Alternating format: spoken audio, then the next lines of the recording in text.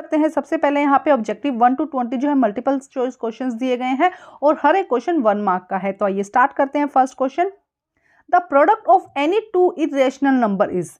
तो क्या कहा जा रहा है कि यहाँ दो product of any two irrational number का जो प्रोडक्ट होता है वो ऑलवेज इरेशनल नंबर होता है। तो ए आंसर यहाँ पे क्या हो जाएगा, सही हो जाएगा। नेक्स्ट देखिए, the parameter of a triangle is 60 centimetre. एक ट्राइंगल का पैरामीटर कितना है, 60 centimetre. If it's side are 1 to 3 ratio then the smallest side is. देखो फर्स्ट क्वेश्चन क्या कहा गया है, किन्हीं दो अप्रिमेय संख्याओं का गुणनफल होता है। तो किन्हीं दो अप्रिमेय संख्याओं का गुणनफल सदैव एक अप्रिमेय संख्या होती है। ए आंसर यहाँ पे सही हो जाएगा। सेकंड का देखते हैं, यदि एक त्रिभुज का परिमाप 60 सेंटीमीटर है तो इसकी भुजाओं का अनुपात 1, 2, 3 है, तो इसकी सबसे छोटी भुजा क्या होगी। तो देखो जब क्या कहा गया, परिमाप क्या होता है, पैरामीटर क्या होता है, जो ट्राइंगल है, ये एक ट्राइंगल है, इसका जो परिमाप क्या होगा, इन तीनों साइड्स का इक्वल होगा। तो अगर इनका रेशियो दिया गया, ये है 1, ये है 2, ये है 3, तो हम इनको x मान के इसको ऐड कर लेंगे, 6x आ जाएगा। 6x किसके इक्वल हो जाएगा, 60 के। तो x की वैल्यू यहाँ पे क्या आ जाएगी, 10 सेंटीमीटर। यहाँ पे सी आंसर सही होगा। देखो किस तरह से करेंगे, देखो किस तरह से करेंगे। हम अनुपात लेंगे 1, 3 और 2 का अनुपात लेना था हमको। 1, 3x 2x इक्वल किसके हो जाएगा, 60 सेंटीमीटर के। तो 6x किसके इक्वल होगा, 60 सेंटीमीटर के। x इक्वल कितना हो जाएगा, 10। तो x कितना था, 1, तो सबसे छोटी जो वो कितना हो जाएगा, 10 सेंटीमीटर। तो बी आंसर ही हमारा यहाँ पे करेक्ट हो जाएगा। यदि 2, 0 एक रेखिक समीकरण, क्वेश्चन नंबर 3 है, रेखिक समीकरण में 2x + 3y = k एक समाधान है, तो k का मान बताइए। If 2, 0 is a solution of a linear equation 2x + 3y = है k, then value of k की हमको यहाँ पर वैल्यू बतानी है। तो देखो यहाँ पे क्या कहा गया है, तो x की वैल्यू यहाँ पे, हम यहाँ पे x की वैल्यू क्या है, 2 है, और y की वैल्यू यहाँ पे 0 हो जाएगी। तो देखो 2x = 3y = क्या हो जाएगा, k। ठीक है, तो जब हम सॉल्व करेंगे तो क्या होगा, 3 को इससे मल्टीप्लाई करेंगे, 0 होगा, तो 4 आंसर, k की वैल्यू क्या हो जाएगी, 4। डी आंसर हमारा यहाँ पर सही हो जाएगा। देखो यहाँ पे जो दिया गया है 2, 0 ब्रैकेट में, तो 2 है x की वैल्यू और 0 है y की वैल्यू, फिर इसको हमें सॉल्व कर देना है। यहाँ पे डी आंसर हमारा करेक्ट हो जाएगा। नेक्स्ट क्वेश्चन देखते हैं। इन फिगर BC, देखो BC is the diameter of the circle and next क्या है, BA और O, BAO, ये देखो BAO और 60 सेंटीमीटर। तो ये जो है BAO, ये कितना है, 60 सेंटीमीटर। देन हमको क्या फाइंड करना है, एंगल ADC। एंगल देखो, एंगल ADC हमको ये वाला फाइंड करना है। देखो क्या है, आकृति में BC वृत्त का व्यास है। BC क्या है, वृत्त का व्यास है। आगे क्या कह रहा है कि BAO कितना है, 60 सेंटीमीटर है। तो हमें क्या निकालना है, ADC, हमें इसकी वैल्यू यहाँ पर निकालनी है। देखो ये भी 60 सेंटीमीटर हो जाएगा। किस तरह से निकालेंगे, AO = AB हो जाएगा। तो यहाँ पे देखो AOB इक्वल कितने हैं, OBC के दोनों 60 एंगल हो जाएंगे। अब यहाँ पे देखो AOC किसके इक्वल हो जाएगा, OAB और BOC। यहाँ पे डायग्राम हम थोड़ा सा रह गया पीछे। तो यहाँ पे देखो दोनों क्या हो जाएंगे, AO, ये दोनों 60 हो जाएंगे, क्योंकि विपरीत क्या है, बराबर कोण है, अल्टरनेटिव जो ऑपोजिट एंगल है ये। अब उसके बाद क्या हो जाएगा, यहाँ पे ये 120 का हो जाएगा। तब हमें क्या निकालना है, ADC कितना है, हाफ है, तो कितना हो जाएगा, 60। डी आंसर यहाँ पे क्या हो जाएगा, करेक्ट हो जाएगा। तो यहाँ पे जो ये एंगल है ये कितना आ जाएगा, 60। ये देखो यहाँ पे ये एंगल कितना हो जाएगा, 60 डिग्री। अभी हमने अच्छे से करके देखा। तो आप एक बार ये पिक्चर ले जाकर उसको साथ में अच्छे से सॉल्व करिएगा। नेक्स्ट क्वेश्चन देखते हैं क्या कहा गया है। The base of a diameter is 10.5 centimetre, the slant height is 10 centimetre, the area covered by the surface. एक शंकु का आधार व्यास 10.5 सेंटीमीटर है, इसकी तिरछी ऊंचाई 10 सेंटीमीटर है। इस वक्र का क्षेत्रफल ज्ञात कीजिए। देखो यहाँ पे क्या कहा गया, डायमीटर दिया गया है, तो हम डायमीटर से त्रिज्या r निकाल सकते हैं। तो 10.5 डिवाइडेड बाय 2 कितना हो जाएगा, 5.25। हमारे पास में क्या आ जाएगा, r आ जाएगा। और l हमारे पास में दिया गया है 10 सेंटीमीटर। तो हम फॉर्मूला लगाएंगे पाई r l। तो पाई की वैल्यू 22/7 हो जाएगी, 22 डिवाइडेड बाय 7। आर की वैल्यू हमने निकाल दी, क्योंकि हमें व्यास दिया गया था, हमें यहाँ पे दिया गया था, तो हम आर की वैल्यू निकालेंगे, 5.25 हो जाएगा 10। जब इसको मल्टीप्लाई करेंगे तो बी आंसर 165 हमारा आंसर आ जाएगा, 165 सेंटीमीटर स्क्वायर। बी आंसर हमारा यहाँ पर सही हो जाएगा। नेक्स्ट क्वेश्चन देखते हैं। यदि x + 2 x3 एंड 2ax² + 16 का गुणनखंड है, तो a का मान निकालिए। हमें यहाँ पे a की वैल्यू निकालनी है। देखो if x plus 2 is the factor of x की 3 minus 2ax plus 16 then value of a की यहाँ पे जो ये a दिया है इसकी वैल्यू हमें यहाँ पर निकालनी है और x की वैल्यू उन्होंने बताई है कि x प्लस 2 है। देखो क्या है यहाँ पे इजीली देख को करते हैं हम। यहाँ पे क्या कहा गया है x cube plus 2ax plus 16 और x प्लस 2 बताया तो हम x की वैल्यू यहाँ से निकाल लेंगे, माइनस 2 हो जाएगी, हम इस तरफ ले जाएंगे, हम यह क्या करेंगे x प्लस 2 इक्वल क्या हो जाएगा 0। अगर ये स्टेप लिखना है तो ये भी लिख सकते हैं x प्लस 2 इक्वल हो जाएगा 0, तो x की वैल्यू क्या हो जाएगी -2। अब हमारे पास में यहाँ पर x की वैल्यू आ गई है। अब हम सोल्व करते हैं, जहाँ जहाँ x है वहाँ x की वैल्यू लगाते हैं तो यहाँ पे क्या हो जाएगा p इंटू 2 माइनस 2, यहाँ पे -2 की क्यूब हो जाएगा, 2a माइनस 2 की क्यूब हो जाएगा प्लस 16। जब इसको सोल्व करेंगे तो यहाँ पे ये इससे कट हो जाएगा, ठीक है। 8 ये एक a की वैल्यू कितनी आ जाएगी, 1 इन दोनों को जोड़ेंगे तो माइनस कितना आ जाएगा 16 a आ जाएगा और इक्वल कितना हो जाएगा 16 के, तो ये कटेगा तो यहाँ पे क्या वैल्यू आ जाएगी, a की वैल्यू यहाँ पर कितनी आ जाएगी 1, यहाँ पर a की वैल्यू आ जाएगी। ध्यान से इसको अच्छे से सोल्व करना है, बी आंसर हमारा यहाँ पे करेक्ट हो जाएगा। नेक्स्ट क्वेश्चन नंबर 17 देखते हैं। If the ratio of a radius is two sphere is 1/4 then the ratio of the volume will be. If the यदि दो गोलों की त्रिज्या का अनुपात 1/4 है, 1:4 अनुपात है, तो उनके आयतन का अनुपात, तो आयतन में देखो क्या हमारे यहाँ पे क्यूब लग जाएगा। क्यूब अगर हम फॉर्मूला लगाते हैं इसका तो क्या होगा 4/3 पाई आर क्यूब, पाई आर की क्यूब हो जाएगा यहाँ पे। तो हम यहाँ पे जो आंसर आ जाएगा हमारा, इनकी क्यूब कर देते हैं हम सीधा सीधा, बाकी सब चीजें कट जाएंगी। तो 1 की क्यूब 1 रहेगा और 4 की क्यूब कितना हो जाएगा 16। तो डी आंसर हमारा यहाँ पे क्या हो जाएगा, सही हो जाएगा। नेक्स्ट क्वेश्चन देखते हैं क्या कहा गया है। यदि दी गई आकृति में L, ये L है ये M है, दोनों एक दूसरे के क्या है पैरेलल हैं, तो x का मान हमें यहाँ पर निकालना है। तो देखो पहले समझो x की वैल्यू हमें यहाँ पे निकालनी है। तो देखो ये क्या कहा गया 3y किसके, ये क्या होंगे अल्टरनेट एंगल हो जाएंगे दोनों ना, एकांतरण विपरीत एकांतरण कोण हो जाएंगे, ठीक है। उसके बाद यहाँ पे ये दोनों हो जाएंगे, तो ये देखो सबसे पहले इसकी वैल्यू इसके बराबर हो जाएगी, ठीक है, क्योंकि ये अंतः कारण कोण होंगे। उसके बाद इसकी वैल्यू निकालेंगे। एक बार समझते हैं हम क्वेश्चन नंबर में क्या कहा, if the given figure is LM then what is the value of x की वैल्यू हमें यहाँ पर निकालनी है। तो आइए देखते हैं किस तरह से अच्छे से सॉल्व करेंगे। ये पिछला क्वेश्चन देख सकते हैं किस तरह से करेंगे।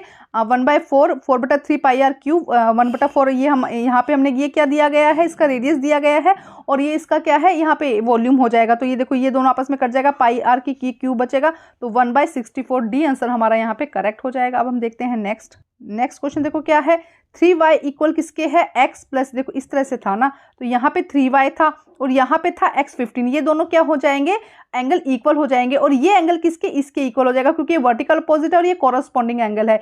ये देखो ये दोनों एंगल क्या हो जाएंगे एक दूसरे के कॉरस्पॉन्डिंग एंगल हो जाएंगे और ये इसका क्या हो जाएगा वर्टिकल। तो तीनों ही एंगल क्या हो गए इक्वल हो गए। तो हमने जो इक्वेशन बनाई वो क्या बनाई 3y इक्वल किसके हो जाएगा 2y प्लस 25 के, किसके इक्वल हो जाएगा 3y किसके इक्वल हो जाएगा 2y प्लस 25 के। तो 3y की वैल्यू क्या है x प्लस 15 किसके इक्वल हो गया 2y प्लस 25। ध्यान से समझो आसान है। क्वेश्चन में क्या कहा गया, ये जो दोनों एंगल हैं, देखो यहाँ पे हम करके देखते हैं, ये जो दोनों एंगल हैं ये एक सेकेंड देखो ये क्या है ये और ये क्या होंगे कॉरस्पॉन्डिंग एंगल होंगे। तो जितनी वैल्यू इसकी होगी उतनी ही इसकी होगी। ये दोनों क्या है एक दूसरे के अल्टरनेट एंगल है ना, वर्टिकल अपोजिट एंगल है। तो अब हमने क्या किया 3y इक्वल किसके हो गया x प्लस 15 के और ये इसके किसके इक्वल हो गया 2y के। तो हमने लिखा 3y किसके इक्वल है 2y प्लस 25 के। फर्स्ट इक्वेशन बना दी।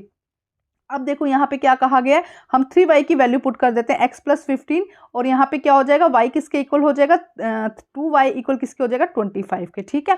अब देखो नेक्स्ट यहाँ पे क्या आएगा x15 यहाँ पे आया और y की वैल्यू यहाँ पे इन्होंने कितनी की है 25 को, देखो 2y प्लस 25 है ना, तो इसको हम किस तरह से लिख सकते हैं y यहाँ पे किसका इक्वल हो जाएगा, देखो y की वैल्यू यहाँ पे हम लिखेंगे 25, क्या लिखेंगे 25, इस तरह से लिख देंगे ना।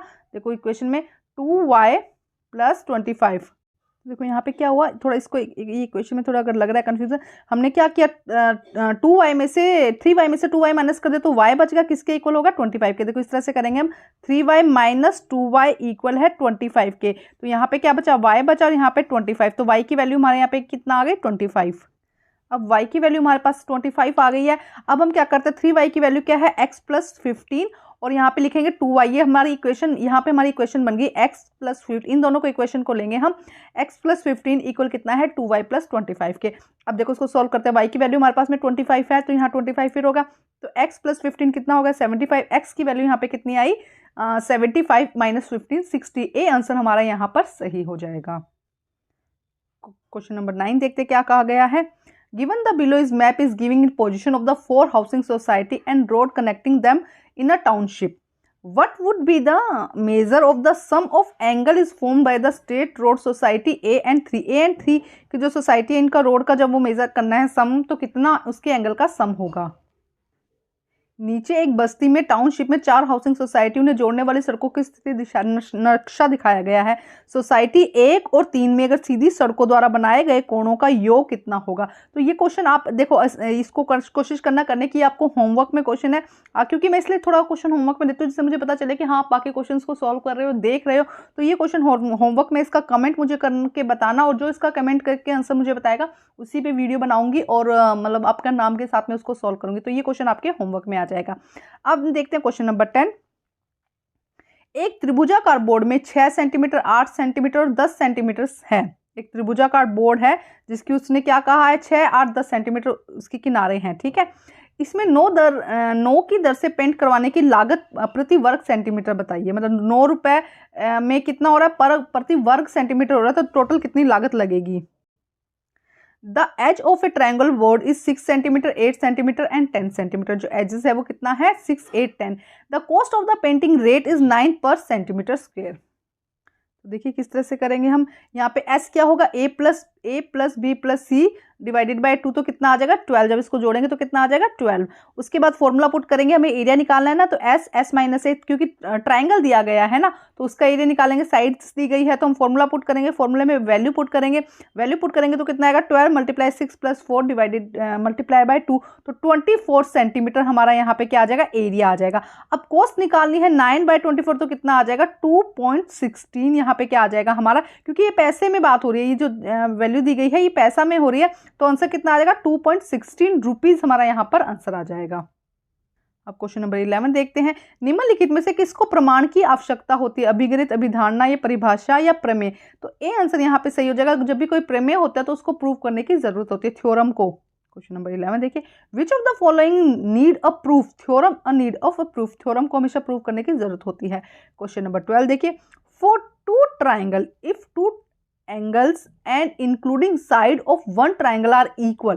क्या कह रहे हैं, इफ 2 ट्राइंगल्स दिए गए हैं उसमें से 2 एंगल्स, ये एंगल और ये एंगल, ठीक है, एंड 1 साइड और एक ये साइड दिए, ठीक है, 2 एंगल्स और 1 sides are equal, 2 angle are, एक minute, if side 1 triangle are equal to 2 angles and then include side another triangle, then the congruent rule, कौन सा कॉन्ग्रुएंट रूल यहाँ पर लगेगा। देखो क्या कहा गया है, यदि 2 त्रिभुज, ये देखो हमने 2 त्रिभुज बनाए हैं, यदि दो त्रिभुज के लिए यदि एक त्रिभुज के 2 कोण, ये एक त्रिभुज के 2 कोण सम्मिलित भुजा दूसरे त्रिभुज के 2 कोण और सम्मिलित भुजा के बराबर है तो सर्वांगसंगता का नियम कौन सा लगेगा। ए, देखो 2 एंगल है ना, तो एंगल साइड एंगल, तो ये देखो एंगल साइड एंगल, ये हमारा बी आंसर यहाँ पे क्या हो जाएगा सही हो जाएगा। नेक्स्ट देखते हैं क्वेश्चन नंबर 13।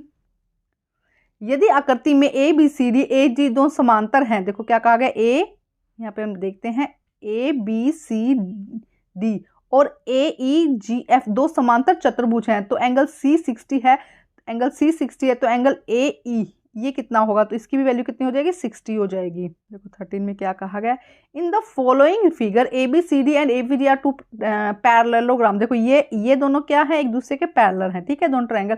इफ सी कितना है 60 है, तो हमें किसकी वैल्यू निकालनी है, एंगल ए ई और एफ की वैल्यू निकालनी है, तो ये भी कितना हो जाएगा 60 हो जाएगा, इसमें सारे एंगल्स इक्वल होंगे, तो डी आंसर हमारा यहाँ पे करेक्ट हो जाएगा। नेक्स्ट देखते हैं क्वेश्चन नंबर 14।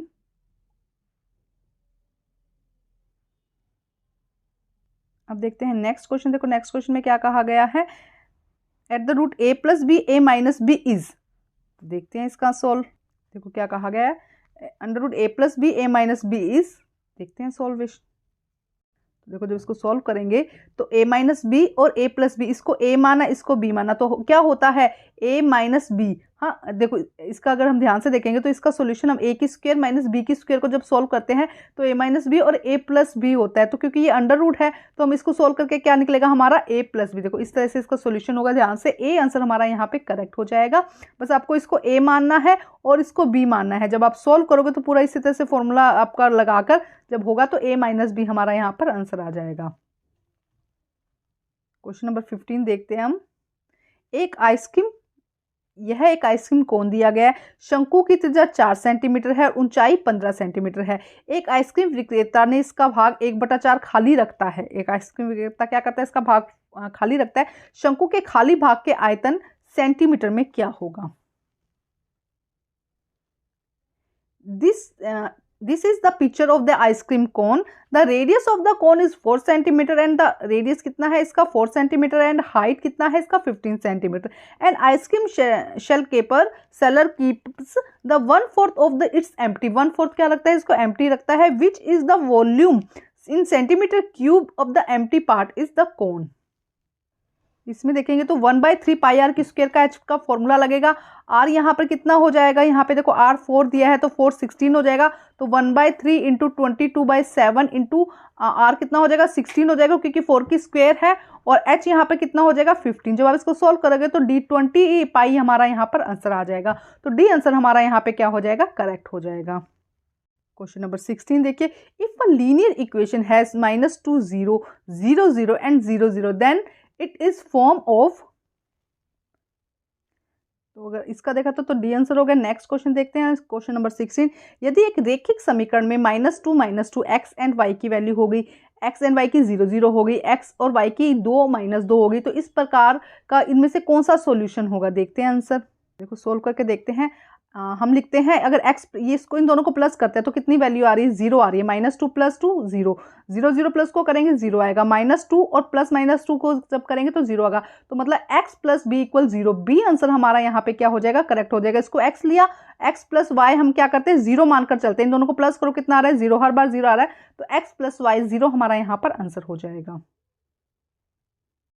नेक्स्ट क्वेश्चन है 17। निम्नलिखित में से कौन सा सांख्यिकीय आंकड़ों का आलेख प्रतिनिधित्व नहीं है? देखो दंड आलेख, आयत चित्र और बारंबारता बहुभुजी सारे क्या करते हैं, सांख्यिकीय आलेख है। जबकि मिलान चिन्ह है जो इसका आंसर मतलब जो है वो आलेखीय प्रतिनिधित्व नहीं करता है। तो डी आंसर हमारा यहाँ पे करेक्ट हो जाएगा। Which one of the following is not graphical representation of statistical data? D answer tally marks हमारा यहाँ पे सही हो जाएगा आंसर। नेक्स्ट देखते हैं question number 18। The side of a triangle flower bed are the 5 8 and 11 centimetre. The area of a flower bed will be, area कितना होगा उसका? Question number 18। एक त्रिकोणीय फूलों की क्यारियों की भुजाएं 5 8 और 11 सेंटीमीटर है। त्रिकोणीय है, फूलों की क्यारियां हैं, उनका क्या इस तरह से देखो, इस तरह से त्रिकोणीय फूलों की क्यारियां हैं जिनका उन्होंने भुजाएं इतनी दी गई है। तो फूलों की क्यारियों का क्षेत्रफल क्या होगा? देखो क्या होगा, एरिया ऑफ ए ट्रायंगल, वही फॉर्मूला लगेगा जब भी एरिया कहा जाता है ट्रायंगल का। तो ये फॉर्मूला आता है S S - A S - B S - C। ठीक है, अब हमने S की वैल्यू यहाँ पे उन्होंने कितना कहा है कि S की वैल्यू यहाँ पे कितना है 12 है। तो देखो हम यहाँ पे पहले S कैसे निकालेंगे। S क्या होता है, जितनी भी साइड्स होती है उनको सम करना होता है, डिवाइडेड बाय 2 करना। तो देखो 24 डिवाइडेड बाय 2 कितना आ गया 12। अब S की वैल्यू आ गई है। अब S से हमें क्या करना है, सारी साइड्स को माइनस करना है। -12/5 -12/8 -12/11। उसके बाद देखो जब इनको करेंगे सोल्व तो √21 हमारा आंसर आ जाएगा। ए आंसर हमारा यहाँ पे करेक्ट हो जाएगा। अब देखते हैं नेक्स्ट क्वेश्चन 19 क्वेश्चन, अभिकथन और उसकी व्याख्या है। तो देखो क्या कहा गया, दो समांतर रेखाएं वे होती है जो एक दूसरे को कभी नहीं काटती। बिल्कुल सही है, ठीक है। ठीक है, उसके समांतर रेखाएं 2 या 2 से अधिक रेखाएं भी हो सकती है। तो देखो जो स्टेटमेंट है दोनों ही सही है, लेकिन व्याख्या नहीं कर रहा है। तो बी आंसर हमारा यहाँ पे सही हो जाएगा कि भाई दोनों ही कथन सही है लेकिन व्याख्या नहीं कर रहा है। नेक्स्ट साथ में पढ़ लेते हैं। गैर शून्य अचर बहुपद की डिग्री शून्य होती है, सही है। 2 पदों वाले बहुपद को द्विपद कहा जाता है, ये भी स्टेटमेंट सही है। तो यहाँ पे भी बी हो जाएगा, दोनों ही सही है लेकिन कोई व्याख्या नहीं हो रही है। 19 देखो क्या कहा गया है, parallel line are those which never intersect each other, सही है statement. Parallel line can be 2 और मोर, देखो इस तरह से और भी लगा देंगे तो ये भी क्या हो जाएंगी पैरेलल लाइन। दोनों ही स्टेटमेंट सही है लेकिन कोई व्याख्या यहाँ पे रीजन सही नहीं है। तो बी आंसर यहाँ पे सही हो जाएगा। 19 का 28 का देखो, the degree of non zero constant polynomial is 0, बिल्कुल सही है। Polynomial having 2 terms is called binomial, तो ये भी सही है लेकिन यहाँ पे क्या कोई एक्सप्लेनेशन नहीं है। तो बी आंसर यहाँ पे भी सही हो जाएगा। क्वेश्चन नंबर 21 देखते हैं हम यहाँ पे क्या कहा गया, the angle of a quadrilateral are the ratio is 3 5 9 13, find the angle of the quadrilateral. तो हमें पता है क्वाड्रिलेटर का जो सम होता है वो कितना है 360 होता है। तो हम क्या करेंगे, इन सबको जोड़ के 360 से डिवाइड कर देंगे, फिर x की वैल्यू निकल जाएगी और उसी x से हम क्या करेंगे, इन सब की वैल्यू निकाल लेंगे। क्वेश्चन नंबर 21, एक चतुर्भुज के कोणों का अनुपात 3, 5, 9, 13 है तो सभी कोणों का मान ज्ञात कीजिए। तो देखिए किस तरह से करेंगे। 3, 5, 9, 13, तो हम क्या करते हैं, हमें पता है कि जो हम ये कहेंगे चतुर्भुज होता है उसके कोणों का जो सम है वो कितना होता है, 360 होता है। तो हमने लिखा 3x, 5x, 9x, 13x किसके इक्वल होगा, 360 के। टोटल क्या 30x आया 360 के, तो x की वैल्यू यहाँ पे 12 आ गई। जब x की वैल्यू 12 आ गई तो हम सब एंगल्स का मान निकाल सकते हैं। हमने ABC माना है तो a कितना है 3x, तो कितना होगा 36। b को क्या करेंगे 5x है तो 5 और 12 से मल्टीप्लाई करेंगे 60 हो जाएगा। c 9x माना तो 9 × 12 करेंगे 108 हो जाएगा। उसी तरह d यहाँ पे हो जाएगा 13 मतलब 156। तो बस ये याद रखना है कि इनका सम कितना होता है 360 होता है। नेक्स्ट देखते हैं क्वेश्चन। दिए गए चित्र में किरण OS, देखो OS एक रेखा P के ऊपर खड़ी है, ठीक है। किरण OR और OT क्रमशः P देखो मैं यहाँ पे बना रही हूँ PO और SO और Q को समद्विभाजक करता है। देखो क्या कह रहे हैं, ये दोनों किसको क्या करते हैं, समद्विभाजक करते हैं। OR और OT क्या करते हैं, ये इसको समद्विभाजक करता है, ये इसको समद्विभाजक करता है, ठीक है। और यहाँ पे क्या कहा गया है, P देखो P कहाँ पे है, POS का जो X ये है X, तो हमें निकालना है ROT। हमें किसकी वैल्यू निकालनी है, ROT की वैल्यू निकालनी है, ये इसकी वैल्यू हमको निकालनी है। देखो क्या कहा गया है, इन द गिवन फिगर रे OS is stand on the line POQ, ठीक है। रे OR and OT is the bisect the, ये क्या करता है, इसको बाइसेक्ट, कलर चेंज करके दिखा, तो देखो ये क्या कर रहा है, ये जो लाइन है ये क्या करे, इसको बाइसेक्ट करे। इसी तरह ये लाइन क्या करे, इसको बाइसेक्ट कर रही है। अब वो क्या करे, POS, क्या कहा जा रहा है कि जो POS है उसका एंगल है X, तो हमें किसकी वैल्यू निकालनी है, OT की, मतलब ROT की हमको वैल्यू निकालनी है। तो करते हैं सॉल्व, देखते हैं। देखो सबसे पहले यहाँ पे क्या कहा गया हम इसे समझते हैं। POS देखो POS और SOQ ये कितना हो जाएगा 180, क्योंकि लीनियर एंगल है दोनों, क्या हो जाएंगे 180 हो जाएंगे, ठीक है। उसके बाद यहाँ पे क्या कहा गया, इसकी वैल्यू कितनी दी गई है, X दी गई है, तो हमने लिखा X प्लस SOQ कितना हो जाएगा 180। तो अब SOQ हम ये दोनों, हम इसको भी X मान लेते हैं, इसको भी X मान लेते हैं, तो हम लिख देते हैं 2 मान लेते हैं ना, ये क्या हो जाएगा 2, हम यहाँ पे लिखेंगे, देखो क्या हो जाएगा SOQ इक्वल कितना हो जाएगा 180 माइनस X, 180 माइनस X हो गया। तो अब देखो हम क्या करते हैं, यहाँ पे 2SOT इक्वल किसके हो जाएगा, ये और ये किसके इक्वल हो जाएगा 180 माइनस X के, क्योंकि बाइसेक्ट कर रहा है OT, क्या कर रहा है OT, क्या कर रहा है इसको बाइसेक्ट कर रहा है। उसके बाद देखो थोड़ा सा ध्यान से समझने वाला है, SOT यहाँ पे क्या कहा गया, देखो ध्यान से हटाते हो इसको, SOT, ये SOT क्या है 90 माइनस X/2, क्योंकि पूरा कितना है X है, तो X/2 कर दिया हमने, ये कितना है 90 में से X - 2 हमने क्या कर दिया, माइनस कर दिया। तो अब ROT की वैल्यू क्या होगी, ROT क्या हो जाएगा यहाँ पे ROS plus ROS plus SOT, ये वाला किसके इक्वल हो जाएगा, यहाँ पे इक्वल क्या हो जाएगा X/2 plus 90 minus X/2 plus 90, तो इन दोनों को ये कट जाएगा। तो RT क्या कर रहा है, बाइसेक्ट कर रहा है यहाँ पे, तो इसकी वैल्यू कितनी आ जाएगी 90 डिग्री। थोड़ा सा अगर समझ नहीं आए तो कमेंट करिएगा, इसको और अच्छे से समझाकर एक वीडियो बना दूंगी, लेकिन क्वेश्चन में बस यही कहा गया है कि इतनी वैल्यू दी है, यहाँ पे इन्होंने इसको बाइसेक्ट कर दिया। तो यहाँ पे हमें क्या कहें, ये हमें X की वैल्यू है, यहाँ पे हमने क्या मान लिया, इसको X माइनस कर दिया, और यहाँ पे 90 माइनस हमने क्या कर दिया, इसको X 90 माइनस X/2 कर दिया। कंफ्यूज हो, अगर समझ नहीं आया तो एक कमेंट कर दीजिएगा। नेक्स्ट क्वेश्चन देखते हैं, क्वेश्चन नंबर, इसके और में क्वेश्चन दिया गया है जिसको देखते हैं पहले हम, उसके बाद में इसको सॉल्व करेंगे। देखो क्या कहा गया है यहाँ पे, AB CD एंड EF, ये EF are the 3 concurrent line passing through the point O, बिल्कुल O पे कॉन्करेंट हो रही है, ठीक है, मिल रही है OF। अब देखो यहाँ पे क्या कहा गया, OF बाइसेक्ट BOD, ये इसको BOD को बाइसेक्ट कर रहा है। इफ BOD ये कितना है 35 है, तो हमें किसकी वैल्यू निकालनी है, देखो यहाँ पे BOC इसकी वैल्यू निकालनी है। इसके अलावा क्या कह रहा है, AOD इनकी वैल्यू, ये दोनों वैल्यू हमको यहाँ पर निकालनी है।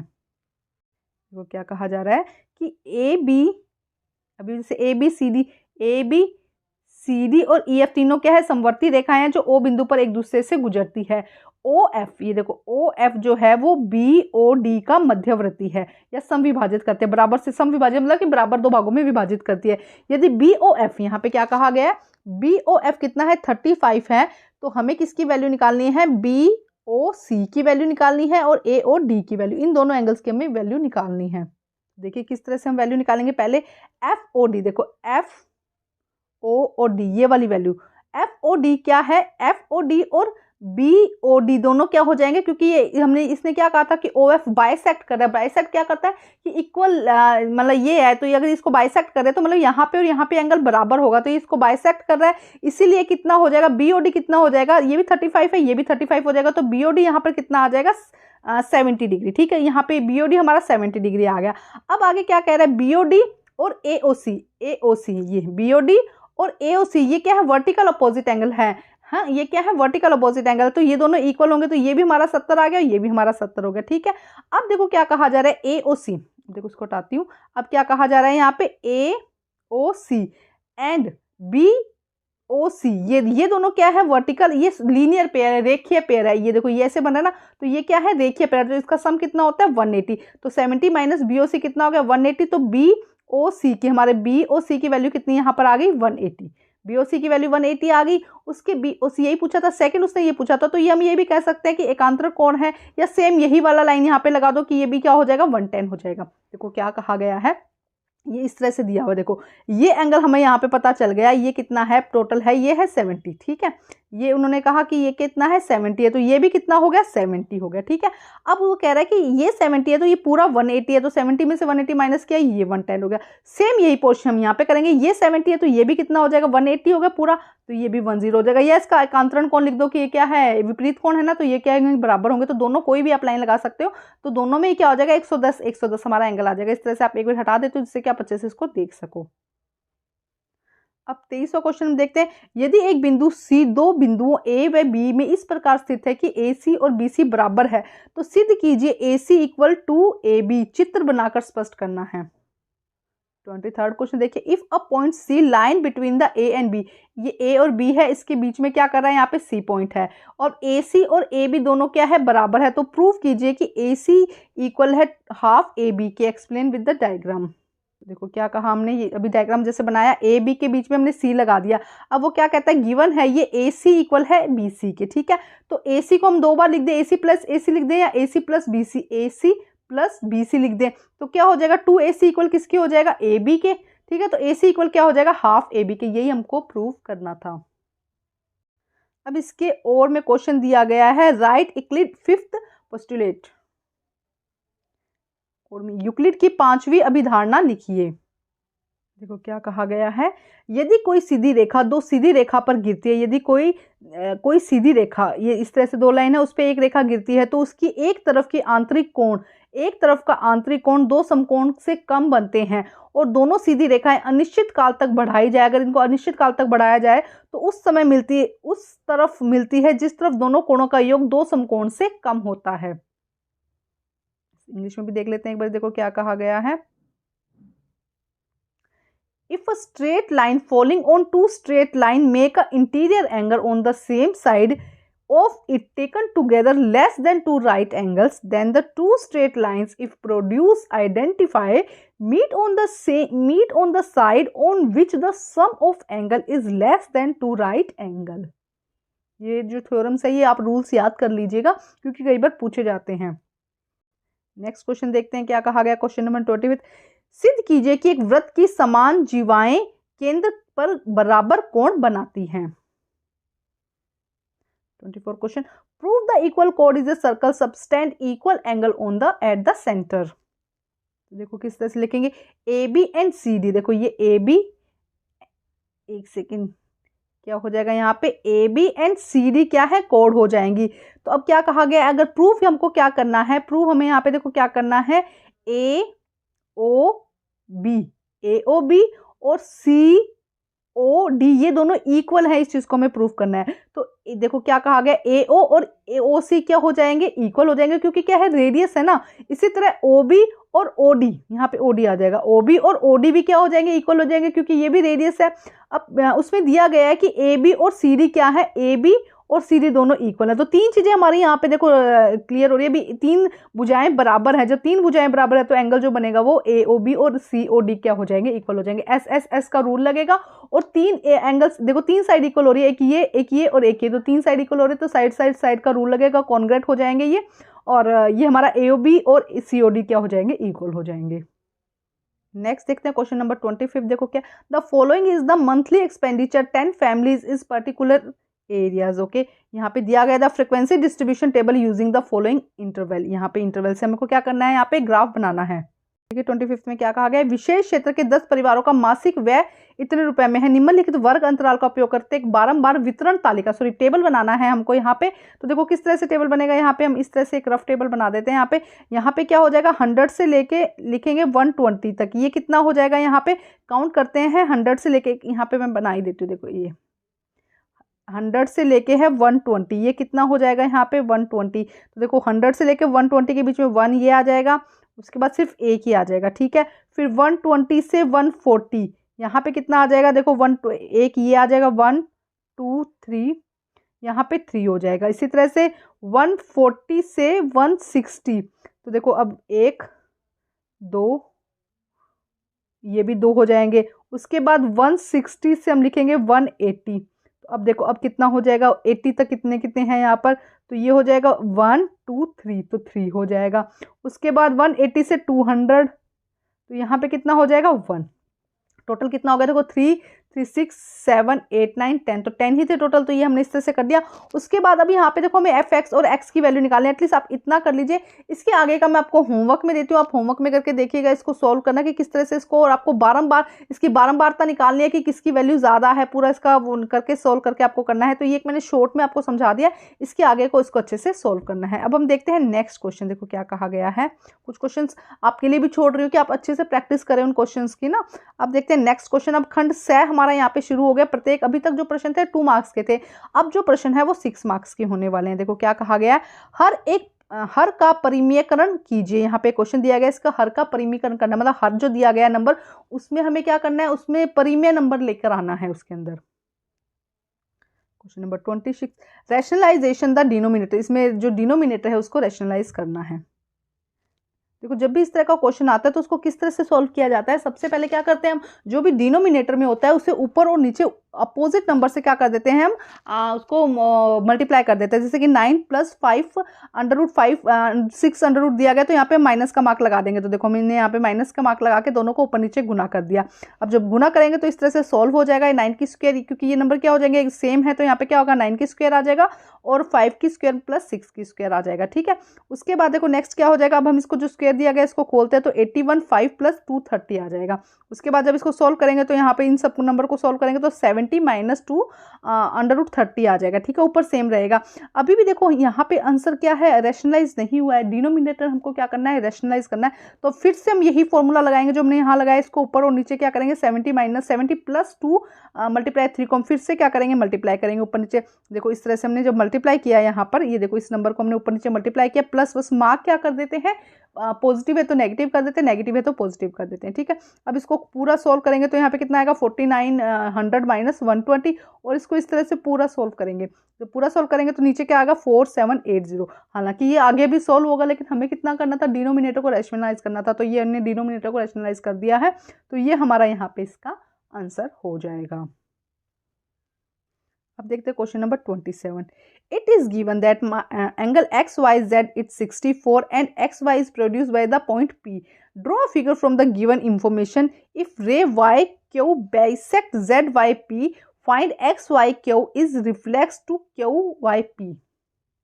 देखो क्या कहा गया है, यह दिया गया है कि एंगल एक्स वाई जेड 64 है, एक्स वाई को पी तक बढ़ाया गया है, और यह जानकारी दी गई जानकारी के अनुसार आकृति बनानी है। देखो एक्स वाई जेड अभी हम बनाएंगे, पहले समझते हैं। यदि Y Q Z Y P को समद्विभाजित करता है तो एक्स वाई क्यू और प्रतिवर्ती क्यू वाई पी को ज्ञात कीजिए। तो देखो किस तरह से सॉल्व करते हैं। एक्स वाई पी, देखो क्या कहा गया, एक्स वाई पी क्या है, एक स्ट्रेट लाइन है। अब हम देखते हैं एक्स वाई और जेड और इसके अलावा जेड वाई पी, ये दोनों क्या हो गए, लीनियर पेयर हो गए। जो उन्होंने इक्वेशन दी है उसी के अकॉर्डिंग हम सॉल्व कर रहे हैं। तो ये दोनों क्या हुए, लीनियर पेयर हुए। तो इसकी वैल्यू कितनी हो गई, 180 की, जिसमें से हमें एक वैल्यू दी गई है 64 हमको दिया गया है। तो हमारे पास में जेड वाई पी आ गया। जेड वाई पी कितना हो जाएगा, 116। ये हमारे पास में 116 आ गया, ठीक है। उसके बाद वो क्या कह रहा है कि यो वाई वो क्या कर रहा है, इसको बाइसेक्ट कर रहा है, बीच में से बाइसेक्ट कर रहा है। तो ये कितना है, 116 है ना, 116 है। तो इसका डिवाइडेड बाय 2 कर देंगे क्योंकि बाइसेक्ट हमेशा इक्वल होता है। तो ये कितना हो जाएगा, 58, ठीक है। ये कितना हो गया, 58। अब देखो क्या कहा गया, ओ वाई और पी, ओ वाई पी कितना हो गया, 58 हो गया।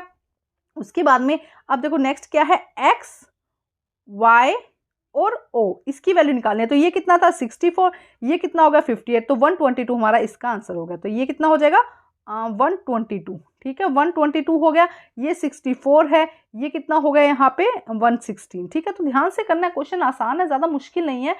फर्स्ट उसने एक एंगल दे दिया, लीनियर पेयर बनाया हमने, उन्होंने एक एंगल दे दिया, तो हमारा दूसरा एंगल निकल जाएगा 116। अब 116 को बाइसेक्ट करने के लिए कहा है कि 116 क्या हो रहा है, बाइसेक्ट हो रहा है, मतलब कि दोनों क्या हो जाएंगे, इक्वल हो जाएंगे। तो 58 आ जाएगा हमारा आंसर। तो इस तरह से देखो ध्यान से बस इसको क्या करना है, आपको सोल्व करना है। अब देखते हैं नेक्स्ट क्वेश्चन। अब इसके अथवा में एक क्वेश्चन दिया है जिसको हमें सोल्व करना है। देखो क्या कहा गया है, दिए गए चित्र में ए बी और सी डी क्या है, एक दूसरे के पैरेलल हैं और ई एफ यहाँ पे क्या करता है, इस पे अभिलंब है सी डी पर, ठीक है। उसके बाद में यहाँ पे क्या कहा गया है, जी ई और डी, ये कितना है, 126, ठीक है। उसके बाद अब हमें क्या क्या निकालना है इसके अंदर, देखो पहले ए जी और ई, ये एंगल हमें निकालना है। उसके बाद जी ई और एफ, जी ये वाला एंगल हमको निकालना है। थर्ड क्या कहा गया, एफ, थर्ड क्या है, एफ जी और ई, मतलब एफ, देखो एफ जी और ई, ये और ये तीन एंगल हमको यहाँ पर निकालने हैं। तो आइए देखते हैं इसको सॉल्व। देखो क्या कहा गया, in the given figure A B और ये दोनों क्या है, पैरेलल है और ये इस पर क्या है, परपेंडिकुलर है। अब यहाँ पे क्या कहा गया, जी ई और डी, ये कितना है, 126, ये इन्होंने 126 कह दिया। उसके बाद देखो नेक्स्ट क्या कहा जा रहा है यहाँ पर, ए जी ई, देखो ए जी ई निकालना है, जी ई एफ निकालना है। उसके बाद में एफ जी ई, ये मतलब ये सारे एंगल कौन कौन से बताती हूँ, ये वाला एंगल निकालना है, ये वाला एंगल निकालना है और ये वाला एंगल निकालना है। तो आइए देखते हैं सॉल्यूशन। तो देखो किस तरह से करेंगे, ए बी और सी डी एक दूसरे के पैरेलल है और ये क्या हो जाएगा, इसका अभिलंब हो जाएगा। और ये जी ई और डी ए हमें 126 दिया, जो हम पहले ही पढ़ चुके हैं। अब देखो क्या कहा जा रहा है, जी डी ई जो 126 है वो किसके इक्वल है, वो इक्वल है जी ई एफ, देखो यहाँ पे समझते जाओ, इसमें किसके इक्वल है, जी ई एफ ये और एफ ई डी इसके इक्वल है, ठीक है। देखो ये जो एंगल है ये इसके और इसके, इन दोनों के क्या है, इक्वल है। अब ये क्या है, 90 डिग्री, क्योंकि क्या था हमने यहाँ पे पढ़ा, ये देखो यहाँ पे परपेंडिकुलर है। तो हम क्या करेंगे, हम लिख देंगे जी ई एफ प्लस 90 इक्वल है 126। तो ये एंगल हमारे पास में कितना आ गया, जी ई एफ हमारे पास में आ गया 36। तो एक एंगल हमारे पास में आ गया 36 का। अब नेक्स्ट देखो क्या कहा जा रहा है यहाँ पर, ए जी, देखो एक सेकंड कौन सा कह रही हूँ, ए जी और ई, ये वाला एंगल ए जी और ई, मतलब कि ये वाला एंगल है, और इसके अलावा जी ई और डी, ये देखो क्या कहा जा रहा है यहाँ पे, ध्यान से देखो, ये एंगल और ये एंगल, ये दोनों क्या हो जाएंगे, एक दूसरे के अल्टरनेट इंटीरियर एंगल हो जाएंगे, एकांतरण विपरीत एकांतरण अंतःकोण हो जाएंगे। तो ये दोनों क्या हो जाएंगे, इक्वल हो जाएंगे। तो ये भी कितना हो जाएगा, 126, ये कितना था, 126 पहले ही दिया था उन्होंने। अब नेक्स्ट देखो, नेक्स्ट में क्या कहा गया है, नेक्स्ट में क्या कहा गया है, देखो ए जी और ई, ये ए जी ई कितना है, 126 है। उसके बाद में एफ जी और ई, ये क्या हो जाएंगे, देखो लीनियर एंगल हो जाएंगे ना, रेखीय कोण हो जाएगा। तो ये कितना है, 180 है। तो हमें ये पता है ये 126 है, तो हम निकाल लेंगे ये कितना हो जाएगा, 54। 180 में से माइनस करेंगे तो तीन एंगल हमने पूछे थे, तीनों एंगल हमने यहाँ पे निकाल दिया। आसान है, बस थोड़ा सा समझ के करना है। कहीं पे एकांतरण कोण लगेगा, कहीं पे रेखीय कोण लगेगा, बस आपको ढूंढना है कि कहाँ पे क्या एंगल लगेगा। नेक्स्ट देखते हैं question 28, side a triangular plot is ratio 357 3 5 and 7, the parameter 300 metre, parameter 300 metre दिया है, तो हमें उसका एरिया निकालना है। तो आइए, 2-3 बार पहले क्वेश्चन आ चुका है ऐसा। एक त्रिभुजाकार भूखंड की भुजाएं 3, 5, 7 अनुपात में है, इसका परिमाप 300 मीटर है, तो क्षेत्रफल ज्ञात कीजिए। तो देखो सबसे पहले क्या करेंगे 3x 5x 7x, क्योंकि परिमाप क्या है भुजाओं का तो योग ही होता है ना, तो ये परिमाप कितना है 300 ये गिवन है, तो 15x किसके इक्वल आया 300 के, x इक्वल कितना हुआ 20 के। अब हम वैल्यू निकालते हैं, ये कितना होगा 60, भुजा 60 हो जाएगी, ये 100 हो जाएगा, ये 140 हो जाएगा। अब सेमी पैरामीटर निकालना है हमको, अर्ध परिमाप निकालना है, तो अर्ध परिमाप क्या होता है x इक्वल किसके होता है, जितना भी सम होता है परिमाप होता है उसका आधा हो जाएगा, तो 150 हमारा यहाँ पे परिमाप आ जाएगा। अब a कितना है 60, b कितना है 100, c कितना हो गया 140। तो अब इसको आगे सॉल्व करेंगे जैसे कि पहले हमने किया है, फॉर्मूले में वैल्यू पुट कर देंगे, वैल्यू पुट करने के बाद सॉल्व करेंगे तो हमारा कितना आएगा 15√3 हमारा आंसर हो जाएगा। बस क्वेश्चन में फॉर्मूले में जो वैल्यू है उसको ध्यान से पुट करना है और मल्टीप्लिकेशन करना है। अब देखते हैं क्वेश्चन नंबर 29।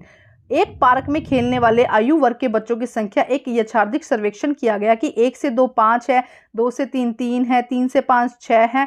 और अब क्या करना है, उपयुक्त आंकड़ों को दिखाने के लिए एक आयत चित्र बनाइए। A random survey of a number of children various age group playing a park was found as, यहाँ पे मिलेगा इसे draw a histogram represent data following. देखो इसको हम सीधा ग्राफ पे बनाना है, तो किस तरह से बनाएंगे, यहाँ पे सीधा ही बनाते हैं। देखो इसको सोल्व करने का तरीका भी है एक। सबसे पहले देखो 1 to 5 कितना है 5 ईयर, 2 से 3 कितना है 3 ईयर। अब 5 to 7 मतलब 2 है ना, 3 से 4, 4 से 5, तो इसको डिवाइडेड बाय 2 कर देंगे तो कितना आ जाएगा यहाँ पे 3 आ जाएगा। ठीक है, 5 से 7 भी कितना है 2 ईयर है, तो 2 से डिवाइड कर देंगे कितना आ जाएगा 6। ठीक है, 7 से 10 8 9 10 3 है, तो इसको 3 से डिवाइड करेंगे कितना आ जाएगा 3। इसी तरह से 10 से 15 5 है, तो यहाँ पे कितना आ जाएगा 2। एकदम इजी तरीका बता रही हूँ आपको कि ऐसा तरीका आप कम से कम ना भूलो। इसमें हो सकता है कुछ एक आधा थोड़ा बहुत नंबर कट जाए आपके, लेकिन एग्जैक्ट आपको क्या मिलेंगे नंबर, ऐसा नहीं अगर 3 नंबर का तो 2.5 नंबर या 2 नंबर तो पक्का मिल जाएगा। और ये कितना है 15 से 17, तो कितने साल है बीच में 16 17, तो 2 से डिवाइड, जितना भी बीच में ईयर होता है उससे डिवाइड कर दो। उसके बाद जो नंबर आएगा उसको आपको क्या करना है ग्राफ पर बनाना है। तो देखो यहीं पे हम बनाते हैं, देखो यहाँ पे ग्राफ बना लेते हैं। देखो यहाँ पे हमने लिया ईयर एज ले लिया हमने, ठीक है, और यहाँ पे हम ग्राफ कर लेते हैं। ठीक है, अब ग्राफ करते हैं, सबसे पहले हम लेते हैं 1 से 2 के बीच में, 1 और 1 हो गया, 2 हो गया, थोड़ा सा ना 3 हो गया, 4 5 6 7 8 9, आगे का बनेगा नहीं लेकिन हम आगे का आप बना लेना, मैं दिखा देती हूँ आपको किस तरह से बनाना है। पहले 1 से 2, तो 1 से 2 हम 1 से शुरू करते हैं यहाँ पे ना, 1 सेकेंड, देखो सब 0 से 1 नहीं शुरू करते, या हम चलो 1 से शुरू करते हैं। तो यहाँ पे हम नंबर लेते हैं 1 2 3 4 5 6। ठीक है, तो सबसे पहले 1 से 2 के बीच में कितना है 5 है, तो हमने यहाँ पे लिख दिया 5। ठीक है, ये 1 ही मानो, ये क्या होगा 5 पे। उसके बाद 2 से 3 में कितना है 3, तो हमने ये 3 पे बना दिया। उसके बाद है देखो 4 3 से 5, तो 3 से 5 हम इकट्ठा ही लिखेंगे, लेकिन यहाँ पे कितना है 6, तो 6 को हम डिवाइड कर देंगे, कितना आएगा 2 से डिवाइड कर देंगे, 2 साल बीच में तो 3, तो यहाँ पे 3 पर हम ग्राफ बना देंगे। 3 से 5 में हमने क्या किया 3 पर ग्राफ बना दिया, ये ग्राफ में बनाना आपको। उसके बाद 5 से 7 कितना है 12, तो यहाँ पे ईयर कितने हो गए 3, देखो 5 है ना 6 7 2 ही है, अभी 2 ही है, तो हम यहाँ पे कितना आ गया 6 6 और 7 और 2, तो अब हम यहाँ पे 6 ले जाएंगे, किससे 5 से लेके 7 तक, अब हम यहाँ 6 पर ले जाएंगे इस ग्राफ को। ये देखो, और नंबर भी देखो मैं यहाँ पे वही कर रही हूँ जितने नंबर के बीच का ग्राफ है, ये 6 से 7 तक का ग्राफ है। उसके बाद 7 से 10, यहाँ पे 10 मान लो, ठीक है, 7 से 10 है 9, तो कितना ईयर है बीच में 8 9 10, 3 है ना, तो 3 से डिवाइड किया कितना आया 3, तो अब यहाँ पे 3 पे वापस, ये देखो ये हो जाएगा 7 से 10 तक। ठीक है, ग्राफ के अंदर तो हर एक बॉक्स होता है, उस बॉक्स को करके करना है, तो ये एकदम आसान तरीका है और इसमें नंबर आपको मिल जाएंगे। इस तरह से आप करें, पूरी कैलकुलेशन जो होती है उसमें बच्चे कंफ्यूज हो जाते हैं, जो एक पूरी टेबल बनानी पड़ती है, इसमें सीधा जितने ईयर दिए गए हों उतने नंबर से डिवाइड कर दो, तो आपके पास में एक इक्वल रेशियो आ जाएगा, और उससे आपको क्या करना है, और उतने ही नंबर से 3 और 4, देखो मैंने 2 यहाँ पे लिए हैं, यहाँ पे मैंने 3 लिए हैं 8 9 10, और यहाँ पे 2 लिए, यहाँ पे 1 1 ईयर का था तो 1 1 लिया गैप में, चाहो तो एक लाइन लगा दो गैप कितना है बीच में उसके अकॉर्डिंग ना। ठीक है, तो आई होप कि समझ में आ गया होगा, नहीं आया तो कमेंट कर दीजिएगा, फिर करवा दूंगी। नेक्स्ट क्वेश्चन देखिए, right 3 solution of each of the following 2x plus y equal 7। देखो क्या कहा गया है यहाँ पे, निम्नलिखित समीकरण को प्रत्येक में से प्रत्येक के लिए 3 हल निकालिए 2x प्लस y इक्वल 7। देखो किस तरह से करेंगे, 2x प्लस वाई इक्वल 7। तो पहले में हम x की वैल्यू कितना लेते हैं, 0 लेते हैं। जब x की वैल्यू लेंगे 0 तो y कितना आ जाएगा, 7। तो यहाँ पे पहली वैल्यू कितना आएगी, x कितना है 0, y कितना है 7। सेकंड में x की वैल्यू हम 1 ले लेते हैं, तो 2x, देखो क्या कहा गया है, इसको हटाती हूँ, 2x 2 मल्टीप्लाई 1 y प्लस 7। तो यहाँ पे y यहाँ पर आ जाएगा और ये यहाँ पे चला जाए तो कितना आएगा 1 और 5। ये क्या वैल्यू हो जाएगी, ये हो जाएगी हमारी x की वैल्यू 1 और y की वैल्यू 7। थर्ड में देखिए x इक्वल क्या हो जाएगा 2, तो 2 मल्टीप्लाई 2 क्योंकि 2x है ना, और y इक्वल कितना होगा 7। तो y यहाँ पे कितना आ जाएगा, ये इधर जाके माइनस हो जाएगा, तो 3 2 3, ये x है ये y है, x यहाँ पे 2 है, y यहाँ पर 3 है। तो 3 वैल्यूज निकालनी थी, इस तरह से मैं सॉल्व कर दिया इसको। अब हम देखते हैं नेक्स्ट क्वेश्चन। सरल कीजिए x plus Y plus Z whole square minus X minus Y minus Z की whole square. Simplify x plus Y plus Z की whole square minus X plus Y plus Z की whole square. तो देखो किस तरह से solve करेंगे, पहले x plus Y plus Z X minus Y minus Z की होल स्क्वायर को करना है। तो इसका फॉर्मूला होता है, जब 3 नंबर दिए जाते हैं x plus Y plus Z की होल स्क्वायर है, तो इसका क्या आता है, x की स्क्वायर प्लस वाई की स्क्वायर प्लस जेड की स्क्वायर प्लस 2xy 2yz और 2xz। इसी तरह से x minus Y minus Z की होल स्क्वायर का भी फॉर्मूला है इसमें। ये आपको कुछ फॉर्मूले हैं जो याद करने पड़ेंगे, x की स्क्वायर वाई की स्क्वायर प्लस जेड की square minus 2xy plus 2yz plus 2xz लिख दो, या xz भी लिख सकते हो, zx भी लिख सकते हो। अब हमें क्या करना है, इसको माइनस करना है। तो माइनस करेंगे तो ये वाले जितने भी निशान है ये उल्टे हो जाएंगे, जो प्लस का है वो माइनस का हो जाएगा। तो हम देखो करते हैं, यहाँ पे हमने किया, ये x यहाँ पे क्या हो गया, देखो इसको हटाते हैं, ये x माइनस का हो गया, ये y भी माइनस का हो गया, ये z भी माइनस का हो गया। ये माइनस का था इसलिए 2xy प्लस का हो गया, ये 2yz प्लस का था इसलिए 2yz माइनस का हो गया, ये 2xz या zx क्या है माइनस का था इसलिए प्लस का हो गया। ठीक है, अब जो कटता है उसको काट देते, देखो ये इससे कट गया, ये प्लस माइनस इससे कट गया, ये इससे कट गया, और 2y इससे कट गया। तो हमारे पास में क्या बचा, 4xy प्लस का और 4xz ये भी प्लस का। तो दोनों 4x प्लस 4xz हमारा यहाँ पे xz हमारा यहाँ पे आंसर हो जाएगा। इसके और में क्वेश्चन दिया गया है जिसमें लिखा गया है x की स्क्वायर प्लस वाई की square is equal to 49। x minus y equal 3 है, तो x की 3 माइनस वाई की 3 की वैल्यू हमें निकालनी है। क्वेश्चन देखो क्या है, x की स्क्वायर प्लस वाई की square 49, x minus y 3, x minus x cube y cube का वैल्यू निकालनी है, का मान निकालिए। देखो किस तरह से करेंगे, x की स्क्वायर वाई की स्क्वायर 49 है, x माइनस वाई कितना है 3 है। तो यहाँ पे देखो क्या फॉर्मूला लगाएंगे हम, x की स्क्वायर माइनस वाई की स्क्वायर कितना होता है, x की स्क्वायर प्लस वाई की स्क्वायर माइनस 2xy। ठीक है, तो अब देखो क्या कहा जा रहा है, x की यहाँ पे क्या कहा गया, x की स्क्वायर माइनस वाई की स्क्वायर हमें कितना दिया गया है, 49 दिया गया है माइनस 2xy। ठीक है, अब ये किसका फॉर्मूला बन जाता है, x माइनस वाई की स्क्वायर इक्वल हो जाएगा 49 माइनस 2xy। ठीक है, अब x माइनस वाई की स्क्वायर क्या होता है, यहाँ पर 3x माइनस वाई दिया है ना, तो ये हो गया 3 की स्क्वायर इक्वल किसके हो जाएगा, यहाँ पे 49 माइनस 2xy। थोड़ा सा देखो जो आपके फॉर्मूलाज है उनको थोड़ा सा बस रिवाइज करके जाना है, उसमें से आपको समझ में आएगा। एक बार फिर समझाती हूँ, देखो क्या कहा गया है, x की स्क्वायर प्लस वाई की स्क्वायर है ना, तो इसकी वैल्यू कितनी है 49। तो हम यहाँ पे क्या फॉर्मूला यूज कर सकते हैं, x की स्क्वायर माइनस वाई की स्क्वायर में क्या होता है, x की स्क्वायर प्लस वाई की स्क्वायर प्लस 2xy। तो ये पूरा का पूरा फॉर्मूला हमने यहाँ पर लिख दिया। ठीक है, अब देखो क्या हो जाएगा, यहाँ पर आएगा हमारा x माइनस वाई की स्क्वायर किसके इक्वल होगा, 49 प्लस 2xy के, तो 3x 49 माइनस 2xy यहाँ पे हमारा आ जाएगा। देखो यहाँ पे ये स्क्वायर नहीं आएगा, देखो x माइनस वाई की होल स्क्वायर, यहाँ पे ये वो गलती से लिखा गया तभी थोड़ा कंफ्यूज हो रहे थे। x माइनस वाई की होल स्क्वायर क्या होता है, x की स्क्वायर वाई की स्क्वायर 2xy। ये देखो इसी फॉर्म में बस वैल्यू पुट करनी है हमको। तो x माइनस वाई की स्क्वायर क्या है, यहाँ पे दिया गया है तो 3 की स्क्वायर हो गया, x की स्क्वायर वाई की स्क्वायर कितना है 49 है, 2xy अभी हमने यूं ही लिख दिया। अब देखो क्या होगा 9, अब 49 माइनस 2xy। ठीक है, ये हमारे पास में आया। अब 2xy को हमने इधर लिख लिया और 49 को उधर ले गए, तो xy की वैल्यू हमारे पास में कितनी आई 40, क्योंकि 2 था तो 2 से डिवाइड किया तो 20 आ गया हमारा। एक बार समझ गए होगे मैंने क्या कहा है, एक बार देखो समझ में ज़रूरी आना है। x माइनस वाई की स्क्वायर, ये एक इक्वेशन है, इसका आंसर क्या होता है, x की स्क्वायर प्लस वाई की स्क्वायर प्लस 2xy। ठीक है। एक्स वाई की हमें दिया है, एक्स माइनस वाई कितना है 3 है, तो हमने 3 की स्क्वायर कर दिया। एक्स की स्क्वायर प्लस वाई की स्क्वायर हमें 49 दिया है और 2x हमने लिख दिया।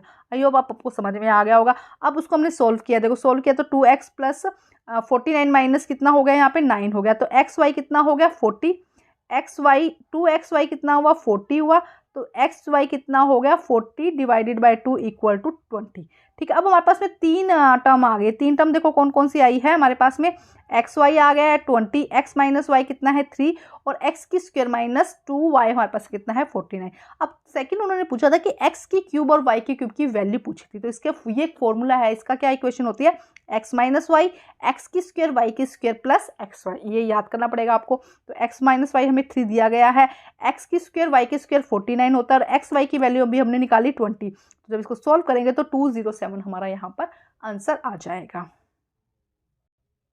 अब हम सेक्शन करते हैं, यहाँ पर हमारा ये सेक्शन खत्म हो गया है। अब सेक्शन ड या डी स्टार्ट हो गया, जिसमें 5 प्रश्न है और जो है 5 अंकों के 4 प्रश्न है, मतलब 4 प्रश्न है लेकिन 5-5 अंकों के हैं। तो देखो क्या कहा गया है, यदि a इक्वल किसके है -√7 -√6 और b की वैल्यू ये दी गई है, तो a की स्क्वायर प्लस b की स्क्वायर प्लस ab का मान निकालिए। यदि इफ a की वैल्यू ये है देन b की वैल्यू ये है, तो find the value of a की स्क्वायर b की स्क्वायर प्लस ab। देखो पहले हमें जो वैल्यू निकालनी है उसका हम आंसर निकाल लेते हैं। तो हमें क्या निकालनी थी, a की स्क्वायर प्लस b की स्क्वायर प्लस ab। तो यहाँ पे a की स्क्वायर प्लस b की स्क्वायर का क्या बन जाएगा, a की स्क्वायर प्लस b की square plus 2ab minus ab। तो यहाँ पे क्या बन गया ab a प्लस b की स्क्वायर, ये क्या होता है a प्लस b की स्क्वायर और माइनस ab। हमारा यहाँ पे मतलब हमें पहले आंसर किसका निकालना है a प्लस b की स्क्वायर। ठीक है, उसके बाद देखो अब क्या कहा जा रहा है यहाँ पर, अगर हम करते हैं सॉल्व इसको, तो देखो हमें वही जो पहले फॉर्मूला लिया था, ये क्या है a, ये क्या है b, तो हमने a प्लस बी की होल स्क्वायर लिख दिया, ये a है ये b की होल स्क्वायर और यहाँ पे हमने लिखा है ab, 2a हमारा यहाँ पे था ab, तो ab की वैल्यू ये a है ये b है, इसको आपस में मल्टीप्लाई करना है। तो ये क्या हो जाएगा, आपस में कट हो जाएगा, क्योंकि देखो एक प्लस का नंबर है, एक प्लस का नंबर है, एक माइनस का नंबर है, एक प्लस का नंबर एक माइनस का, तो ये हो जाएगा यहाँ पर 1। अब इसकी होल स्क्वायर यहाँ पर रह जाएगी, तो हम यहाँ पे देखो a प्लस बी की होल स्क्वायर, तो क्या होता है a की स्क्वायर प्लस b की स्क्वायर प्लस 2ab। इस फॉर्मूले में इसकी वैल्यू पुट कर देंगे। देखो इस फॉर्मूले में इसकी वैल्यू पुट कर दी हमने, थोड़ा सा आप ध्यान से देखो। अब यहाँ पे जब वैल्यू पुट कर दी तो ये हमारे पास में जो आंसर आया वो कितना आया, 26/1 की स्क्वायर -1, तो 761 की स्क्वायर आ जाएगा, -1 करेंगे तो 7675 ये हमारा आंसर हो जाएगा। थोड़ा सा ध्यान से समझ के करना है क्वेश्चन, फॉर्मूले बस जो वैल्यू है वो पुट करते जाओ, कौन सा फॉर्मूला कब लगेगा वो थोड़ा सा देख लो। एक बार इस तरह से कर लेते हो जिससे कि पूरा आंसर इकट्ठा हो जाए, सॉल्व करना आसान हो जाए। अब देखते हैं क्वेश्चन नंबर 33। देखो क्या कहा गया है, 2 circle intersect at A point B and C. B और सी पर क्या करते हैं, इंटरसेक्ट करते हैं, ये बी है ये सी है। ठीक है, throughout 2 line segment A B और डी, ए बी डी और पी बी क्यू। एक सेकेंड, देखो क्या कहा गया है, 2 लाइन सेगमेंट है पी ए, देखो ए बी और डी ये लाइन सेगमेंट, और एक पी बी और क्यू, ये 2 लाइन सेगमेंट, एक ये लाइन सेगमेंट है एक ये लाइन सेगमेंट है, are drawn in the intersect A D. A और डी को क्या करता है और पी क्यू को इंटरसेक्ट करता है, ठीक है, respectively. Prove that A C P equal है सी क्यू सी डी के। देखो क्या कहा गया है, दो बिंदुओं बी सी पर प्रतिच्छेद करते हैं। बी सी पर, 2 वृत्त क्या है बी और सी पर एक दूसरे से प्रतिच्छेद कर रहे हैं इस वाले पॉइंट पे। ठीक है, बी से होकर रेखाखंड ए बी डी, देखो ए डी बी यहां से लेते हैं, देखो कौन सा है ए बी डी, एक लाइन बन रही है, और पी बी क्यू ये एक लाइन बन रही है। ठीक है, जो क्रमशः ए डी, देखो ए डी कहाँ पे, ए डी और पी क्यू को प्रतिच्छेद के लिए खींचे गए हैं, मतलब ये किसको क्या कर रहे हैं, बीच में प्रतिच्छेद कर रहे हैं, बी पे कट रहे हैं। ठीक है, बी से होकर जाते हैं। सिद्ध कीजिए, अब हमें सिद्ध क्या करना है, ए सी और पी, ए सी पी और क्यू सी और डी, ये दोनों कोण क्या है, इक्वल है, ये हमें सिद्ध करना है। आइए समझिए, ये दोनों कोण जो है वो इक्वल है, उसके बारे में बताना है। तो देखो क्या कहा गया, कोड एपी और डी क्यू आर क्या है, ज्वाइंट किए गए हैं। कोड एपी पीबीसी और एसीआर सेम सेगमेंट, वो क्या है सेम ही सेगमेंट पे आ रहे थे ना इस तरह से। तो कोड अब डी क्यू में देखो क्या कहा गया, अब यहाँ पे देखो क्या करना होगा। अब देखो इसके अंदर अगर हम बात करते हैं, सबसे पहले ये दोनों क्या है, इसकी कोड हो गई ना, ठीक है। अब इसमें क्या है, ये एंगल क्या करना है, इसके बराबर करना है। तो पहले ये एंगल क्या है, ये इसके बराबर है, ये वाला इसके बराबर है। इसी तरह से यहाँ पे अगर हम बात करते हैं तो ये जो एंगल है, ये वाला एंगल इसके बराबर है। देखो अब किस तरह से लिखेंगे हम इसको, थोड़ा सा कंफ्यूजन क्रिएट करने वाला क्वेश्चन है। अब देखो क्या है, ए पी जो कोड लिया गया था उसके अंदर पी बी ए इक्वल किसके है, ए सी पी के, अभी हमने देखा। इसी तरह टी क्यू डी क्यू जो कोड है उसके अंदर डी बी क्यू और क्यू सी डी दोनों क्या है, सेम सेगमेंट पर है, इसलिए क्या है, इक्वल हो जाएंगे। अब ए बी डी और पी बी क्यू सम विभाजक होता है बी पॉइंट पर, हमने देखा था कि बी पर क्या हो रहे हैं, सम विभाजक हो रहे हैं, इसीलिए क्या है, ये दोनों क्या हो जाएंगे, एक दूसरे के एकांतरण कोण हो जाएंगे और दोनों क्या हो जाएंगे, बराबर हो जाएंगे। थोड़ा सा समझ के करना है इस क्वेश्चन को, एकांतरण विपरीत कोण लिखना होगा। नेक्स्ट में देखो क्या कहा गया, सिद्ध कीजिए कि एक चाप द्वारा केंद्र पर बनाया गया कोण वृत्त के शेष भाग में किसी भी बिंदु पर उसके द्वारा बनाए गए कोण का दुगना होता है। एक चाप द्वारा बनाया गया कोण वृत्त, एक चाप, जैसे कि ये देखो, एक चाप द्वारा बनाया गया कोण वृत्त के शेष भाग के किसी एक बिंदु पर द्वारा बनाए गए कोण का दुगना होता है। देखो इसकी ओर में दिया गया, prove that the angle subtended by a arc at the centre is double of the angle is subtended by the any point of the remaining part of the circle। देखो इस तरह से करना है, प्रूफ क्या करना है, टू, देखो पी ओ क्यू इक्वल किसके होगा, ये डबल होगा टू ए पी से, मतलब इससे क्या है, ये वाला एंगल क्या है, इससे डबल है। इस चीज को प्रूव करना, ये बहुत इंपॉर्टेंट क्वेश्चन है, इसके बारे में कई बार पूछा जाता है क्वेश्चन में, ऐसे दे दिया जाता है। ये तो ये दे दिया था कि ये क्या है, इसके डबल है, इसके बारे में पूछना है पीओ के उससे। तो देखो क्या है, फर्स्ट हम यहाँ पे लेते हैं त्रिज्या लेते हैं। देखो त्रिज्या क्या है, पीओ और ओ ए दोनों क्या है, त्रिज्या है, ये दोनों क्या है, त्रिज्या है, इसलिए बराबर है। ठीक है, हम किसकी बात कर रहे हैं, ए पी ओ में, किसमें, देखो ए पी और ओ में हम ये बात कर रहे हैं। देखो क्या है, ए ओ और ओ पी, ये दोनों ए ओ और ओ पी ये दोनों क्या है, इसकी त्रिज्या हो गई, इसलिए बराबर है। उसके बाद में क्या कहा गया, ओ, देखो ओ पी और ए, ओ पी ए और ओ ए एंड पी, देखो ये दोनों एंगल, ये दोनों क्या अपोजिट एंगल हैं। ठीक है, उसके बाद exterior angle is the sum of the interior angle, जो एक्सटीरियर एंगल होता है वो सम क्या होता है, जो इंटीरियर एंगल है उसके सम के इक्वल होता है। तो हमने यहाँ पे लिखा बी ओ पी इक्वल किसके है, ए ओ पी और ओ पी। ये देखिए एक बार देख लेते हैं, थोड़ा सा हम डाउटफुल नहीं रहते। देखो ये इसको आगे तक बढ़ाया गया और ये बी है, तो क्या कह रहे हैं कि बी ओ पी किसके इक्वल हो जाएगा, ओ ए पी के प्लस किसके इक्वल हो जाएगा, ओ पी ए, ये दोनों। अच्छा देखो यहाँ पे क्या कहा गया है, जो यहाँ पे देखो समझो क्या कहा जा रहा है, ये वाला जो एंगल है इन दोनों के, क्योंकि हमें पता है कि जो बाह्य कोण होता है वो अंतः कोणों के योग के बराबर होता है, तो ये कोण इन दोनों कोण के बराबर हो जाएगा।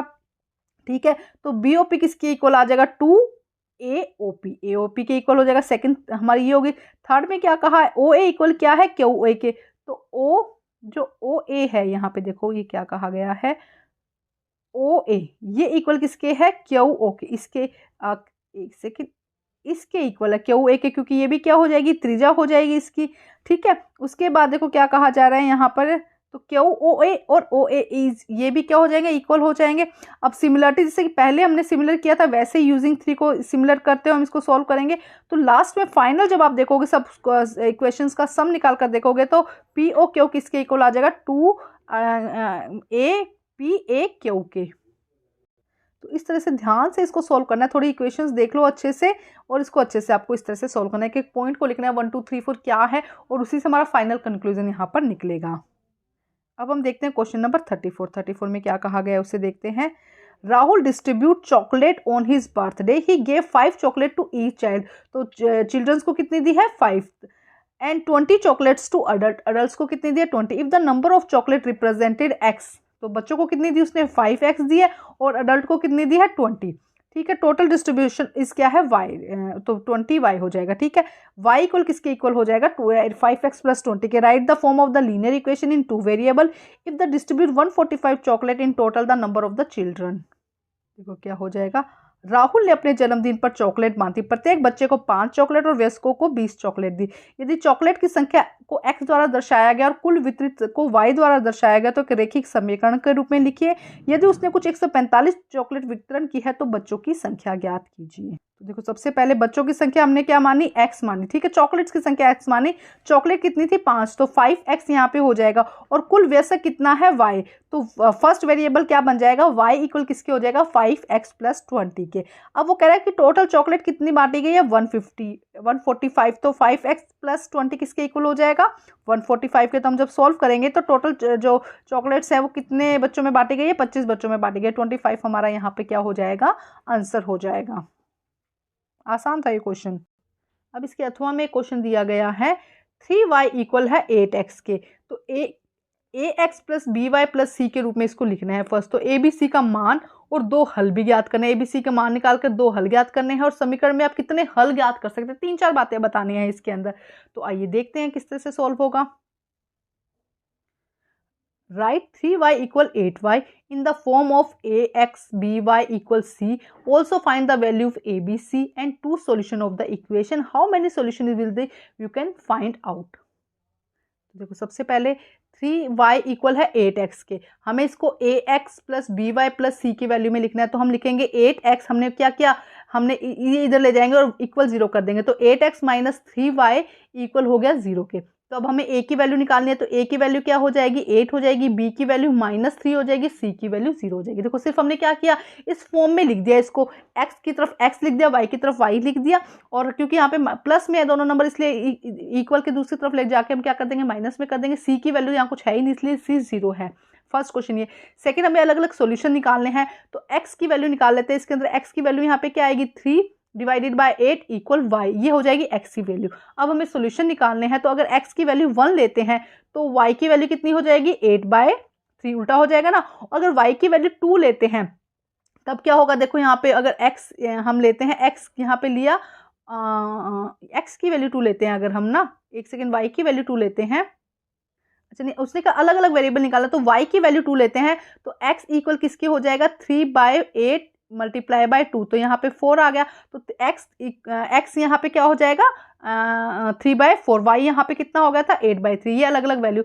और लास्ट में पूछा गया था हम कितनी वैल्यूज निकाल सकते हैं, अनंत, इन्फिनिटी, मतलब हम बहुत सारी जितने मर्जी x y की वैल्यू लेते जो बहुत सारी वैल्यू निकाल सकते हैं। तो क्वेश्चन आसान है। फर्स्ट क्या किया है, देखो यहाँ पे नंबर है ना, इसे इसकी फॉर्म में लिखना था, तो हमने क्या किया 8x माइनस 3y प्लस 0 करके आप भी कर सकते हैं। प्लस सी की वैल्यू क्या है 0 इक्वल किसके हो जाएगा 0 के। तो यहाँ पे ये पहला आंसर आ गया होगा समझ में आपको कि किस तरह से किया।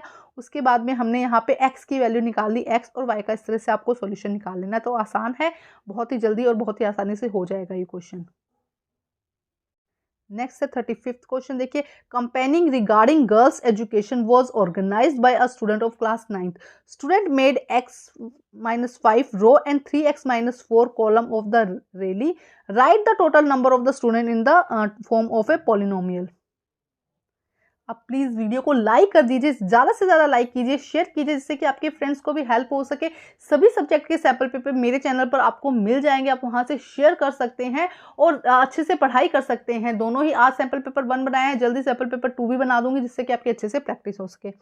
35th क्वेश्चन देखिए, कक्षा 9 के विद्यार्थियों द्वारा बालिका की शिक्षा को लेकर अभियान चलाया गया है। छात्रों ने रैली में 5x पंक्तियां और 3x-4 स्तंभ बनाए हैं। विद्यार्थियों की कुल संख्या को बहुपद के रूप में लिखिए।